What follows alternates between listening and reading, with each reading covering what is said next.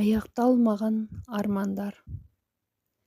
Қала шетінде қарапайым ауылда тұратын Қарлығаш есімді жас әйел өмір сүретін. Ол қарапайым отбасында тәрбиеленген. Анасы мен әкесі қара жұмыс істеп, балаларын жақсы тәрбиелеу үшін барын салып еңбек ететін. Қарлығаштың арманы үлкен қалаға барып мұғалім болу еді. Ол бала күнінен кітапты көп оқып, білім алуға деген құштарлығын арттырды. Мектепті жақсы аяқтап, жоғары оқу орнына түсуге ұмтылды. Оның алдында болашаққа деген үміттер мен арман мақсаттары ғана болатын. Бірақ өмірде бәрі әрдайым жоспарлағандай бола бермейді. Қарлығаштың тағдыры оның қалаған армандарына жақындауға мүмкіндік бермеді. Мектепті аяқтағаннан кейін ол қалаға оқу үшін аттанып, алғашқы қадамдарын үлкен қалада жасады. Алайда көп ұзамай отбасыдан алыстау жаңа ортаға бейімделу қиындықтарымен бетпе-бет келді. Қарлығаш үшін бірінші айлар ауыр болды. Жаңа адамдар, жат жерде жалғыздық, оқу мен жұмыс арасындағы теңгерімді табу бәрі оған ауыр соққы болды. Сол бір жылы Қарлығаштың өмірі тағы да күрт өзгерді. Әрқашан сүйікті болашаққа деген арманы мен үміті жоғары әйел бір күні анасынан қатты ауыр хабар алды. Анасы қатты ауырып ауруханаға жатқызылды. Бұл жаңалық оның бүкіл әлемін төңкеріп тастады. Қарлығаш амалсыздан оқуды қалдырып ауылға қайтуға мәжбүр болды. Қарлығаштың ауылға оралуы оның жүрегінде үлкен сағыныш пен өкініш қалдырды. Анасын күтіп бағу оның басты міндеті болды. Күндер өте ауылда жүріп, ол өзіне жаңа міндеттер мен жұмыс таба бастады.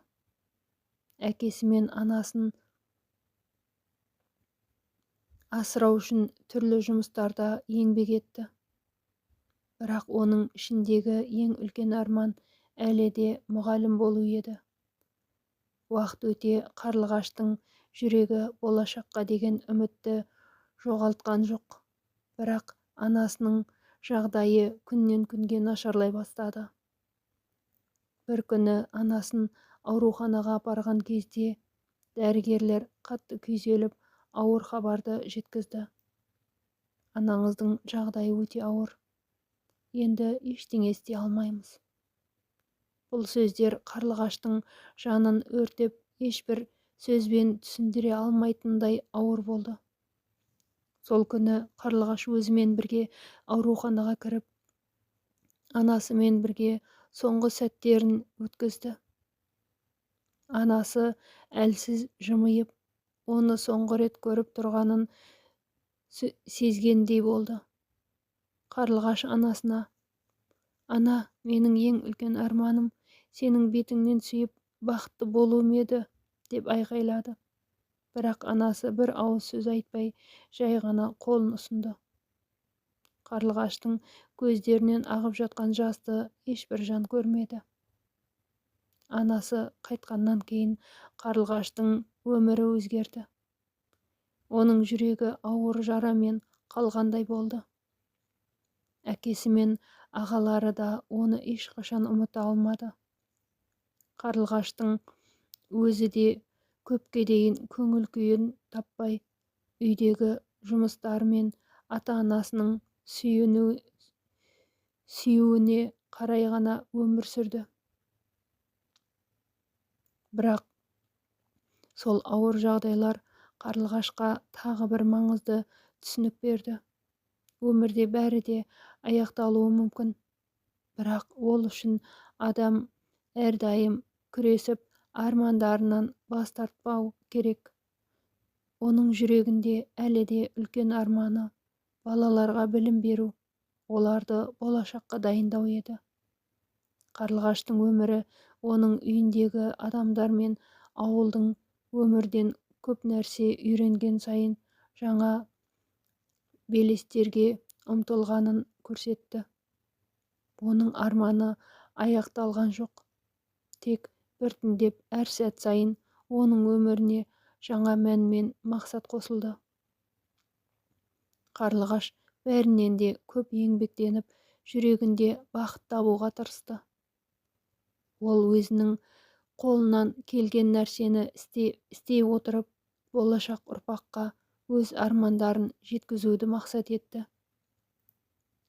Арман оның жанында, оның жүрегінде әлі де өмір сүруде.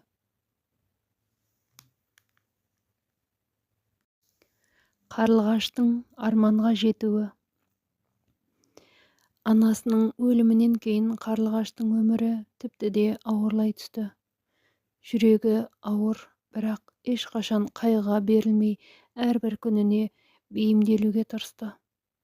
Үйдегі міндеттерді орындап, әкесіне және ағаларына қамқор бола отырып, оған өз арманы мен мақсатына жету үшін ешқандай кедергілерге тап болмау керек екенін түсінді. Оның арманы ешқашан жоғалған емес, бірақ ол тек сол арманы үшін күресуге бел буы тиіс еді. Қарлығаштың бойындағы осы күш-қуат оның кез келген қиындықты жеңуге, әр қадамды әрі қарай жасауға деген сенімін арттырды. Ол ешқашан өз күшінен күдер үзген жоқ. Білімге деген құштарлығы мен мұғалім болу арманы ешқашан ешкімге қарағанда әлсіреген жоқ. Қиын кезеңдерде Қарлығаш ауыл балаларына әрқашан көмектесіп, олармен сабақ оқытуды жалғастырды. Ол көп уақытын баламен өткізген сайын олардың көздерінде болашаққа деген үмітті көрді. Бұл оған тағы да күш берді. Әрі өзінің тек отбасына ғана емес, бүкіл ауылға пайдалы болатынын түсінді. Жылдар өте келе Қарлығаштың да арманы жүзеге асты. Ол ауыл мектебінде жұмысқа орналасты. Алғашқыда бұл қиын болды. Ауылдағы мектептердің жағдайы жақсы емес еді. Ресурстар жетіспеді. Бірақ Қарлығаш өз білімін, махаббат пен ұқыптылықты балаларға жеткізу үшін бар күшін салды. Ол әрқашан балаларға тек білім беріп қана қоймай, оларға өмірлік мәнді жол көрсететін ұстаз болуды көздеді.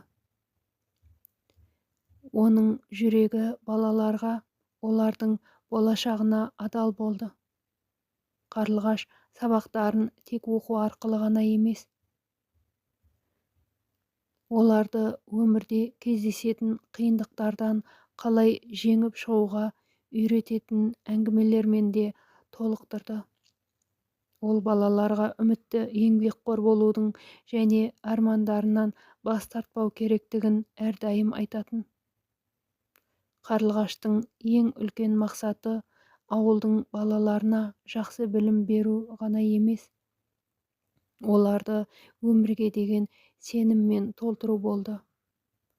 Өйткені өзі де қиындықтарды жеңіп шыққан соң, ол өмірде ешқашан үміт үзбеу керектігін білді. Мектептің мұғалімі ретінде Қарлығаштың атағы тарала бастады. Оның еңбегі мен жігері көпке үлгі болды.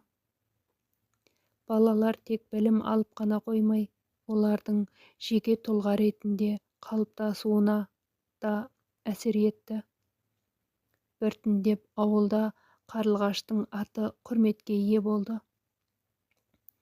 Ауыл тұрғындары оны тек жақсы мұғалім ғана емес, қиындықтарға қарсы тұрып, арманына жеткен адам ретінде бағалады.